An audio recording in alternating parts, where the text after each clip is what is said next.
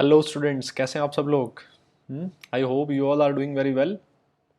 मैं आप सब लोगों का एक बार फिर संख्यान एजुकेशनल इंस्टीट्यूट के यूट्यूब चैनल पे वेलकम करता हूं। My name is Rahul Dudi and I did my BTech from NIT Jaipur. I have 6 years of teaching experience. इन 6 सालों में मैं थाउजेंड्स ऑफ स्टूडेंट्स को आईआईटी जेई नीट जैसे कॉम्पिटिटिव एग्जाम्स के लिए ट्रेन कर चुका हूँ। I am x assistant professor Akash Delhi, head of the department Byju's Delhi from 2016 to 2019, founder and director संख्यान educational institute. हाँ जी, तो आज का जो अपना टॉपिक रहने वाला है लॉज ऑफ केमिकल कॉम्बिनेशन। आप सब लोगों को पता है कि laws of chemical combination class 11th chapter number 1, right, class 11th chapter number 1 some basic concepts of chemistry का फर्स्ट पार्ट है, यूँ मानो आप, है ना, ऐसा ही है। लॉज ऑफ केमिकल कॉम्बिनेशन, इस चैप्टर की शुरुआत यहीं से होती है। ये टॉपिक स्टार्ट करने से पहले मैं आप थोड़ा सा आप लोगों को संख्यान की लाइव क्लासेस के बारे में बेनिफिट्स बता देता हूँ। देखिए क्या क्या बेनिफिट्स है अगर आप हमारी लाइव क्लासेस ज्वाइन करते हैं तो आपको जितनी भी लाइव क्लासेस होंगी उनके रिकॉर्डेड लेक्चर का एक्सेस मिलता है। कोई क्लास अगर मान लो आपने मिस कर दी, कोई क्लास को रिवीजन करना हो, तो आपको अनलिमिटेड एक्सेस मिलता है। किसी भी वीडियो को आप कितना भी टाइम देख सकते हैं, कोई उधर लिमिटेशन नहीं होता। हमारा ऑनलाइन टेस्ट एंड एग्ज़ाम हम लोग कंडक्ट करवाते हैं। उन एग्ज़ाम में जो भी आपका परफॉर्मेंस रहता है उसका डिटेल एनालिसिस हम लोग आपके लोगों के साथ शेयर करते हैं। जैसा आप सबको पता है कि जो टेस्टिंग है इज़ वेरी इंपॉर्टेंट। क्या चीज़ आपने पढ़ी है उसको टेस्ट करना बहुत ज़रूरी है, राइट। कॉम्प्रिहेंसिव स्टडी मटेरियल हम लोग प्रोवाइड करते हैं बच्चों को। ई मटेरियल ही होगा अभी के लिए वो, है ना। और ये जो मटेरियल होगा ये हमारी एक्सपीरियंस्ड फैकल्टी द्वारा खुद से डिज़ाइन किया हुआ मटेरियल हम लोग देते हैं बच्चों को। साथ साथ एक बहुत ही इंपॉर्टेंट चीज़ वो है डाउट क्लियरिंग सेशंस। क्लास के बीच में भी आप अपने डाउट्स क्लियर कर सकते हैं, क्लास के बाद में भी, और हम लोग अलग से बच्चों के लिए डाउट सेशंस भी रखते हैं। इंडिविजुअली हम लोग बच्चों को डाउट सेशन देते हैं। और एक चीज़ मैं आपको और बता दूं, हमारी जो क्लास होती है उसमें मैक्सिमम स्ट्रेंथ 20 स्टूडेंट्स का होता है। तो वहाँ पे हम लोग क्लास के बीच में भी इंडिविजुअली बच्चों के डाउट्स बड़े आराम से क्लियर कर पाते हैं। ये हमारी टीम है, इनसे आपको मैं मिला देता हूँ। फिजिक्स, केमिस्ट्री, मैथ्स और बायो, सारे लोग आप देखेंगे बहुत अच्छे रेपुटेड कॉलेजेस से लोगों ने अपना कॉलेज एजुकेशन कंप्लीट किया है। मिनिमम अगर मैं एक्सपीरियंस की बात करूँ तो वो है minimum 6 years of teaching experience. और सारे लोग इंडिया के टॉप एजुकेशनल इंस्टीट्यूट्स के साथ काम कर चुके हैं। हाँ जी, तो चलिए अब हम लोग अपना टॉपिक स्टार्ट करते हैं जिसका नाम है laws of chemical combinations. Laws of chemical combinations, है ना। जैसे आप सबको पता है कि केमिकल रिएक्शंस में क्या होता है, केमिकल रिएक्शंस में कुछ पुराने बॉन्ड्स का ब्रेकिंग होती है और कुछ नए बॉन्ड्स का फॉर्मेशन होता है ना। एलिमेंट्स आपस में केमिकली कंबाइन होते हैं, बात समझ रहे हो मेरी। तो वो जो एलिमेंट्स का कॉम्बिनेशन होगा, कैसे आपस में एलिमेंट्स आप कंबाइन होकर नए प्रोडक्ट्स का फॉर्मेशन करते हैं, किन लॉज को फॉलो करते हुए केमिकल कॉम्बिनेशंस होते हैं, वो हमें लॉज इस टॉपिक में पढ़ने होते हैं। तो देखिए कौन कौन से लॉज है जो हमारे सिलेबस में है। पहला है लॉ ऑफ मास कंजर्वेशन, एक एक के बारे में हम लोग पढ़ने वाले हैं। दूसरा होगा लॉ ऑफ कांस्टेंट प्रोपोर्शन, या फिर इसको लॉ ऑफ डेफिनेट प्रोपोर्शन भी कहा जाता है। Third one is law of multiple proportions, Gay Lussac's law of gaseous volume, Avogadro's law. ये जो लॉज हैं ये आपके एनसीईआरटी का पार्ट है। बट जो लास्ट वाला लॉ है, लॉ ऑफ रेसिप्रोकल प्रोपोर्शन, ये एनसीईआरटी मतलब बोर्ड्स के सिलेबस में नहीं है, स्कूल एग्जाम्स में नहीं पूछा जाएगा, बट जेईई नीट जैसे कॉम्पिटिटिव एग्जाम्स में ये चीज़ पूछी जाती है, इसलिए मैंने इसको भी इंक्लूड किया है। हम लोग यहाँ पे सारी चीज़ों के बारे में पढ़ने वाले हैं, ये जो आपके सामने जितने भी लॉज दिख रहे हैं। बट जो आज का ये लेक्चर होगा ये टोटली बेस्ड है लॉ ऑफ मास कंजर्वेशन पे। सबसे पहला और सबसे आसान जो लॉ है that is law of mass conservation. ठीक है, तो चलिए स्टार्ट करते हैं इस लॉ को। सबसे पहला क्वेश्चन आपके दिमाग में आता है कि लॉ ऑफ मास कंजर्वेशन किसने दिया, है ना। ये वाला लॉ किसके दिमाग में आया सबसे पहले। तो देखो ये भाई साहब की शक्ल दिख रही है आपको, इनका नाम है एंटोनी लेवोजियर, है ना। और इन्होंने 1774 में लॉ ऑफ मास कंजर्वेशन दिया। कोई नहीं पूछेगा आपसे कि किसने दिया और कब दिया, ठीक है, ये बस इंफॉर्मेशन है जो आपको ध्यान रखनी है। अच्छा, अब बात आती है कि लॉ ऑफ मास कंजर्वेशन का स्टेटमेंट क्या है। तो स्टेटमेंट देखो आप लोगों के सामने लिखा है, इन एनी फिजिकल और chemical change, in any physical और chemical change mass can neither be created nor be destroyed. Mass can neither be created nor be destroyed. अगर मुझे इसको सिंपल शब्दों में लिखना हो, in simple words, in simple words, अगर मुझे इसको आसान शब्दों में लिखना हो तो मैं क्या लिख सकता हूँ? इसको मैं ऐसे लिख सकता हूँ कि the total mass of the reactants, the total mass of the reactants is equal to, total mass of the reactants is equal to, बोलो किसके equal? Total mass of the products. Clear है मेरी बात? है ना? रिएक्टेंट का total mass products के total mass के इक्वल होगा, और यहीं से मैं बोल सकता हूँ कि मास can neither be created nor be destroyed. है ना भाई? मास कहीं नहीं जा रहा ना यार, रिएक्टेंट का मास प्रोडक्ट में कन्वर्ट हो जाएगा, बट रहेगा मास दोनों का इक्वली। है ना? बहुत ही सिंपल सा स्टेटमेंट है, मेरे हिसाब से आप सारे लोगों को ये चीज समझ आई होगी। अच्छा, इसको मैं एक एक्सपेरिमेंट के थ्रू भी आपको बताना चाहता हूँ। तो देखिए एक्सपेरिमेंट क्या था, आप लोगों की स्क्रीन पे रहेगा, ये देखिए। ये एक एक्सपेरिमेंट है जिसके थ्रू मैं ये वाला मैं लॉ आपको समझाना चाह रहा हूँ। आप ऐसे समझो, आपने क्या किया, एक बीकर ले रखा है, देखो ये दिख रहा है बीकर, और इस बीकर के अंदर क्या भर दिया आपने? कॉपर सल्फेट का सॉल्यूशन। क्या फिल कर रखा है जी? Copper sulphate solution, CuSO4। ठीक है, और इसके अंदर आप देखो ये एक टेस्ट ट्यूब आपने डाल रखी है। टेस्ट ट्यूब को क्या किया आपने? एक रस्सी से बांध रखा है, ये जो कॉक ऊपर लगा रखा है ना, इससे इसको रस्सी से बांध रखा है। और इसके अंदर क्या फिल कर रखा है आपने? Sodium hydroxide solution. इसके अंदर क्या फिल कर रखा है? Sodium hydroxide solution. ठीक है, तो ये पूरा जो मास है इस बीकर का और इस वाली टेस्ट ट्यूब का, ये टोटल मास आपने फाइंड कर लिया। कितना मिला आपको? ये देखो, ये लिखा हुआ है 67.25 ग्राम। ये है टोटल मास, यहां पे इस साइड, है ना? ये है टोटल मास। अब आपने क्या किया देखना जरा, यहां से इस रस्सी को खोला और ये जो टेस्ट ट्यूब थी इसको इस कॉपर सल्फेट के अंदर डाल दिया, उल्टा कर दिया। अब जैसे ही आपने उल्टा किया तो क्या होगा? ये जो कॉपर सल्फेट है, आप बोलोगे सर ये रिएक्ट करेगा किसके साथ? बोलो NaOH के साथ। अब कॉपर सल्फेट NaOH के साथ रिएक्ट करेगा, क्या बनेगा? बोलो कॉपर हाइड्रोक्साइड। ठीक है, और साथ में क्या बनेगा? Sodium sulphate. ठीक है, यहां पे पहले देखो दोनों ने रिएक्ट नहीं कर रखा था, है ना?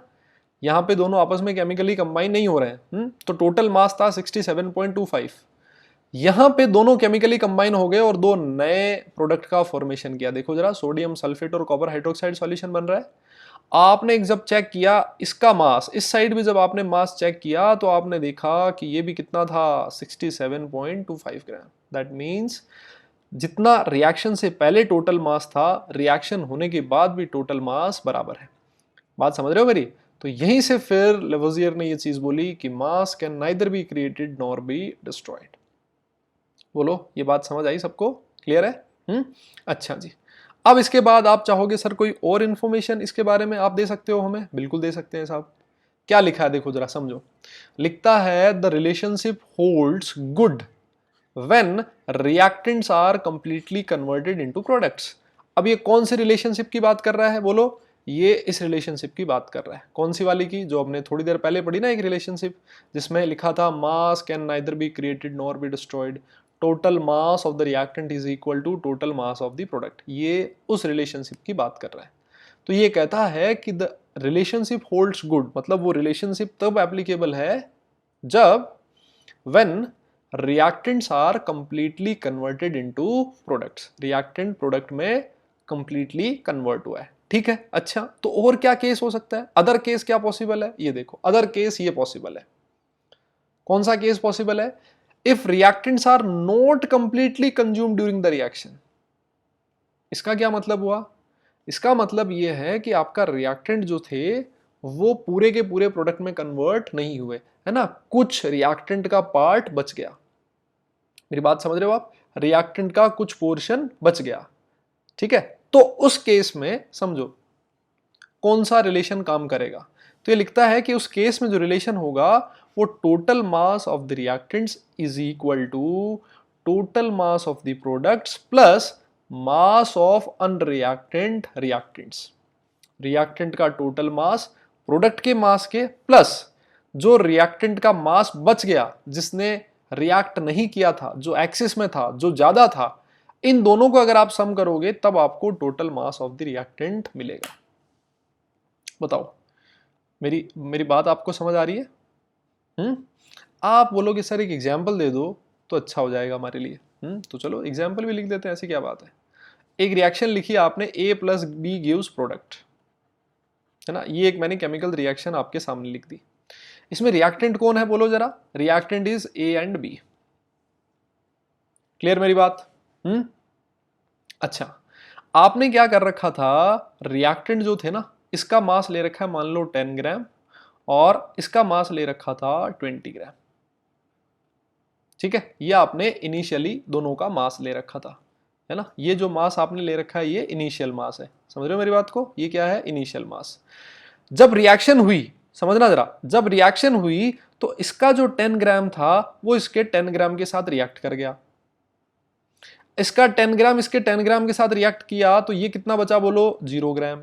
ये तो पूरा का पूरा प्रोडक्ट साइड में चला जाएगा। और ये कितना बनेगा, ये इसका सिर्फ 10 ग्राम ही रिएक्ट किया ना, तो ये कितना बचेगा, अभी 10 ग्राम बचा रहेगा। मेरी बात समझ रहे हो आप भाई, ये जो बी है ये तो एक्सिस में हो गया इसका मतलब, है ना, ये पूरा का पूरा कंज्यूम नहीं हो रहा, इसका 10 ग्राम इसके 10 ग्राम के साथ रिएक्ट कर रहा है। और बताओ प्रोडक्ट कितना बनेगा बोलो जरा, प्रोडक्ट बनेगा 20 ग्राम। प्रोडक्ट कितना बन गया, 20 ग्राम। मेरी बात समझ आ रही है आपको? अब इस केस में आप रिलेशन लगाओ, total mass of the product, ये वाली देखो जरा, ये रिलेशन लगाओ, total mass of the reactant, reactant का टोटल मास कितना, 10 प्लस 20 कितना, 30 gram, is equal to total mass of the products, total mass of product कितना, 20 gram, plus mass of unreacted reactant कितना, देखो ये देखो यहां देखो, इसको कितना बचा हुआ है, ये 10 ग्राम अभी भी बचा हुआ है। तो आप ऐड करो, देखो जरा दोनों साइड कितना मिल रहा है, 30 ग्राम 30 ग्राम मिल रहा है। मतलब अगर कोई अनरिएक्टेड रिएक्टेंट बच जाता है ना, अगर वो रिएक्ट नहीं करता, कोई एक रिएक्टेंट एक्सिस में है, उस केस में आपका ये रिलेशन काम करेगा। यस या नो बोलना पड़ेगा आपको, समझ आई क्या मेरी बात? अच्छा, तो ये एक इंफॉर्मेशन हो गई। अब आप बोलोगे सर क्या इसकी कोई लिमिटेशंस भी हैं क्या, या फिर ये लो हर जगह पे एप्लीकेबल हो जाएगा, मर्जी हो तब ये लो लगा लो तो? इसका लिमिटेशन भी है। लिमिटेशन क्या है, आपकी स्क्रीन पे ये लिखा हुआ, क्या लिखा हुआ देखो जरा, ये बोलता है इन न्यूक्लियर रिएक्शंस। ये न्यूक्लियर रिएक्शंस क्या होती हैं आगे आने वाले चैप्टर्स में आप पढ़ने वाले हो, है ना। Some mass is converted into energy. कमाल है ये। यहाँ पे क्या होता है, जो कुछ मास होता है किसमें कन्वर्ट हो जाता है बोलो, एनर्जी में। So the mass of reactants is always less than that of products, है ना। मतलब कहने का ये हो गया कि रिएक्टेंट और प्रोडक्ट का जो मास होगा वो कभी भी इक्वल नहीं होगा। क्यों? क्योंकि वहाँ पे कुछ मास किसमें कन्वर्ट हो गया, एनर्जी में कन्वर्ट हो गया। और अगर आपने इक्वेशन पढ़ी हो E is equal to mc², तो ये इक्वेशन भी वहीं से आती है। ठीक है, बोलो जरा, मेरी बात आपको समझ आ गई? E is equal to mc², ये आइंस्टाइन इक्वेशन आप बोलते हो, एनर्जी मास रिलेशन है ना। m मास जो था वो E एनर्जी में कन्वर्ट हो गया। तो उन रिएक्शंस में, न्यूक्लियर रिएक्शंस में law of mass conservation follow नहीं होता, because in those reactions some mass is converted into energy. बोलो, क्लियर है मेरी बात? तो ये लॉ ऑफ मास कंजर्वेशन से रिलेटेड जितनी भी इंफॉर्मेशन थी मैंने आपको दे दी। ठीक है, अच्छा, अब इसके बाद थ्योरी हमने समझ ली, तो थ्योरी समझने के बाद हम क्या करते हैं, उसके बाद हम क्वेश्चंस करते हैं। तो इस पे मैं आपको 2 क्वेश्चंस करवाने वाला हूं। अब इस पे कोई बहुत मुश्किल क्वेश्चन नहीं बनता है, बहुत आसान सा क्वेश्चन बनेगा, समझ लो जरा। 2 क्वेश्चन मैं आपको करवाऊंगा। पहला क्वेश्चन क्या लिखता है देखो, 10 grams of calcium carbonate. Calcium carbonate बोले तो क्या, कैल्शियम कार्बोनेट का फॉर्मूला क्या होता है बोलो जरा, CaCO3 होता है ना यार, 10 ग्राम। इसका मास दे रखा है, क्वेश्चन में लिखा है, मैंने लिख दिया। और ये कौन सी स्टेट में है बोलो, सॉलिड स्टेट में। आप सबको पता है, समझदार लोग हो आप सारे। अच्छा जी, ये क्या प्रोड्यूस कर रहा है, 3.8 gram of carbon dioxide and 6.2 grams of calcium oxide. अच्छा जी, कैल्शियम ऑक्साइड क्या होता है बोलो, CaO, और कार्बन डाइऑक्साइड क्या होती है बोलो, CO2 गैस। अरे बोलो यार, जो CO2 है इसका मास कितना दे रखा है बोलो, 3.8 ग्राम्स। ठीक है, और जो कैल्शियम ऑक्साइड है इसका मास कितना दे रखा है, 6.2 ग्राम्स। बहुत ही बढ़िया, ये आपने जो इंफॉर्मेशन क्वेश्चन में थी उसको एज इट इज ऐसे यहाँ पे लिख लिया है। अच्छा जी, अब ये क्या पूछना चाह रहा है आपसे, क्वेश्चन कहता है represent this reaction in terms of law of conservation of mass, है ना। तो आप बोलोगे यार लॉ ऑफ मास कंजर्वेशन को मुझे फॉलो करवाना है ना, तो मैं क्या करता हूं, total mass of the reactant निकालता हूं। टोटल मास ऑफ रिएक्टेंट, बोलो रिएक्टेंट साइड टोटल मास कितना है यार, ये देखो ना आपका रिएक्टेंट यही तो हुआ, कितना ग्राम है, 10 ग्राम है, बहुत ही बढ़िया। टोटल मास ऑफ प्रोडक्ट्स कितना होगा बोलो, टोटल मास ऑफ प्रोडक्ट्स कितना होगा, फटाफट बोलो जरा। आप बोलोगे सर प्रोडक्ट हैं दो, कौन कौन, एक तो होगा, ऐड कर दो आप मास ऑफ कैल्शियम ऑक्साइड को किसमें, मास ऑफ कार्बन डाइऑक्साइड में। यार प्रोडक्ट तो दो बन रहे हैं ना, तो दोनों के मास को ऐड करना पड़ेगा। 6.2 ग्राम कैल्शियम ऑक्साइड दे रखा है, 3.8 ग्राम कार्बन डाइऑक्साइड दे रखा है, तो जी आप दोनों, आपने दोनों को ऐड कर दिया और टोटल मास कितना मिल गया प्रोडक्ट का भी आपको, 10 ग्राम। बस मजा आ गया आपको। आपने कहा सर इस क्वेश्चन में total mass of the reactant, total mass of reactants, देखो क्या हो रहा है यहाँ, total mass of reactants is equal to total mass of products. अरे बोलो मेरी बात आपको समझ आ रही है, और अगर ऐसा है that means law of mass conservation follow हो रहा है। मेरी बात समझ गए क्या आप सारे लोग, क्लियर है। नेक्स्ट क्वेश्चन कर सकते हैं अब इस पे। चलिए जी अगला क्वेश्चन आपकी स्क्रीन पे ये रहा। क्या कहता है क्वेश्चन, ढंग से पढ़ना है ना, बड़ा क्वेश्चन लिखा हुआ है, घबराना नहीं है, इससे घबराने की कोई जरूरत नहीं है। क्वेश्चन जो जो बोलता जा रहा है वैसे वैसे आप लिखते जाओ। क्या कहता है क्वेश्चन, बोलता है आपने सिल्वर नाइट्रेट लिया उसका 1.7 ग्राम और उसको आपने 100 ग्राम पानी में डिसॉल्व कर लिया। भाई आपने क्या किया, सिल्वर नाइट्रेट लिया, एक बीकर में सिल्वर नाइट्रेट लिया। अभी सिल्वर नाइट्रेट क्या चीज होती है जी, मेरे हिसाब से फॉर्मूला आप सब लोगों को पता है, सब लोग पढ़े लिखे लोग हैं, 10th क्लास पास करके आए हैं अच्छे से। AgNO3 होता है ना, तो आपने AgNO3 का एक्वस सॉल्यूशन बना लिया, क्वेश्चन यही कह रहा है। अच्छा और क्या बोलता है आगे देखो जरा, फिर कहता है और इसका मास कितना दे रखा है AgNO3 का, 1.7 ग्राम AgNO3 और उसमें 100 ग्राम वाटर, बहुत बढ़िया। फिर क्या लिखता है, फिर लिखता है 0.585 gram of sodium chloride dissolved in 100 gram of water is added to it. अच्छा जी, एक और आपने सॉल्यूशन बनाया किसका, एक और सॉल्यूशन किसका बनाया बोलो, सोडियम क्लोराइड, सोडियम क्लोराइड बोले तो NaCl, उसका भी आपने एक्वस सॉल्यूशन बना रखा। कैसे पता लगा, उसका मास था इतना, इसको आपने 100 ग्राम पानी में डिसॉल्व कर लिया। अच्छा फिर ये क्या कहता है, आपने इन दोनों को मिक्स कर दिया, आपने क्या किया, इन दोनों को मिक्स कर दिया। बोलो समझ आ रही मेरी बात, मिक्स कर दिया तो फिर क्या बनेगा बोलो, मिक्स करने के बाद सब कुछ क्वेश्चन ने लिख दिया है, आपसे मेहनत करवा ही नहीं रहा बिल्कुल भी, AgCl बनेगा बोलता है, और साथ में और क्या बनेगा बोलो, NaNO3 बनेगा। बताओ ठीक है, ये आपने रिएक्टेंट साइड लिख दी और ये वाली प्रोडक्ट साइड हो गई। बोलो यहां तक कोई परेशानी किसी को, अच्छा जी। अब पूछना क्या चाह रहा है क्वेश्चन, क्वेश्चन कहता है show that these results illustrate the law of mass conservation. आप बोलोगे लॉ ऑफ मास कंजर्वेशन तभी फॉलो होगा जब रिएक्शन से पहले टोटल मास और रिएक्टेंट से रिएक्शन के बाद टोटल मास बिल्कुल इक्वल हो जाए। बोलो यस कि नो, समझ आ रही मेरी बात। तो मुझे एक चीज बताओ आप, total mass before reaction, total mass before reaction कितना होगा, टोटल मास बिफोर रिएक्शन कितना होगा। रिएक्शन से पहले किस किस का मास लिखोगे, आप बोलोगे सर एक तो मास आपको दे रखा है AgNO3 का, बहुत बढ़िया बिल्कुल दे रखा है, और आपको मास किसका ऐड करना पड़ेगा, मास ऑफ NaCl, बिल्कुल सही बात है। क्या रिएक्शन से पहले टोटल मास इतना ही है क्या, बोलो क्या रिएक्शन से पहले टोटल मास इतना ही है क्या, आप बोलोगे नहीं सर आप एक चीज भूल रहे हो। क्या भूल रहा हूं मैं, बोलो आप मास ऑफ वाटर भूल रहे हो।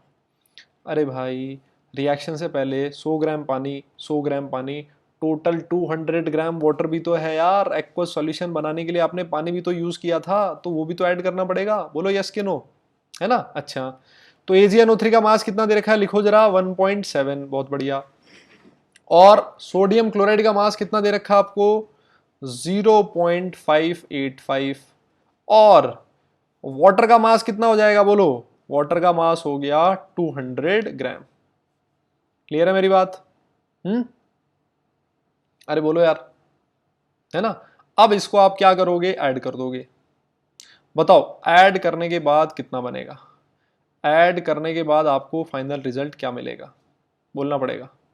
देखो ना यार 200 ये रहा और 1.7 और 0.5, इनको ऐड करो ना, ये 1.7 और 0.5 कितना हो जाएगा, ये हो गया 2.2, तो ये 202 पॉइंट कितना मिल जाएगा, 202.285 हो जाएगा क्या, अरे बोलो 285 ग्राम हो जाएगा। ठीक है, ये टोटल मास बिफोर रिएक्शन आ गया। अब आप क्या करोगे, टोटल मास आफ्टर रिएक्शन निकालोगे, टोटल मास आफ्टर रिएक्शन निकालोगे, है ना।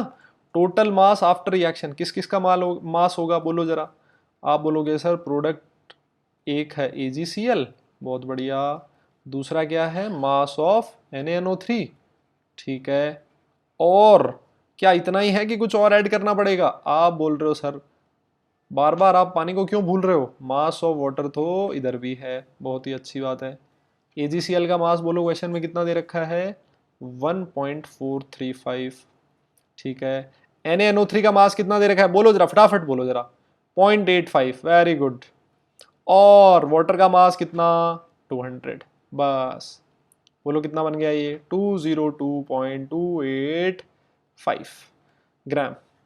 अब देखो total mass before reaction, total mass before reaction is equal to, total mass before reaction is equal to किसके इक्वल मिल रहा है, अरे फटाफट बोल दो यार, टोटल मास आफ्टर रिएक्शन। और अगर ऐसा है that means law of mass conservation follow हो रहा है। बताओ समझ आ गया ये क्वेश्चन, है ना। तो इस टॉपिक पे कोई और ज्यादा मुश्किल क्वेश्चन एज सच नहीं बनता, बनता है तब भी आपको टोटल मास ऑफ रिएक्टेंट और टोटल मास ऑफ प्रोडक्ट को इक्वल करना होता है और आपका काम खत्म हो जाता है। ठीक है, समझ गए मेरी बात को आप सारे लोग, तो ये आपका खत्म हो गया लॉ ऑफ मास कंजर्वेशन। ठीक, तो आज की क्लास में हम लोग सिर्फ लॉ ऑफ मास कंजर्वेशन ही पढ़ेंगे, है ना। इस टॉपिक में मैंने यही कवर करना है। इसके बाद जो अगला टॉपिक आएगा उसमें मैं आपको लॉ ऑफ डेफिनेट प्रोपोर्शन और लॉ ऑफ मल्टीपल प्रोपोर्शन भी जरूर करवाऊंगा। ठीक है, अच्छा जी, तो ये आज के टॉपिक की बात हुई। अब मैं आपको कुछ कोर्सेज के बारे में बता देता हूँ जो हम लोग ऑनलाइन बच्चों को प्रोवाइड कर रहे हैं। ठीक है, तो देखिए फाउंडेशन के लिए हमारे पास from class 9th to dropper batches तक कोर्सेज अवेलेबल हैं। क्लास 9th में 4 ईयर इंटीग्रेटेड और 2 ईयर इंटीग्रेटेड प्रोग्राम अवेलेबल है। क्लास 10th में अगर आप हैं तो 3 ईयर इंटीग्रेटेड ऑनलाइन प्रोग्राम आप लोगों के लिए अवेलेबल है।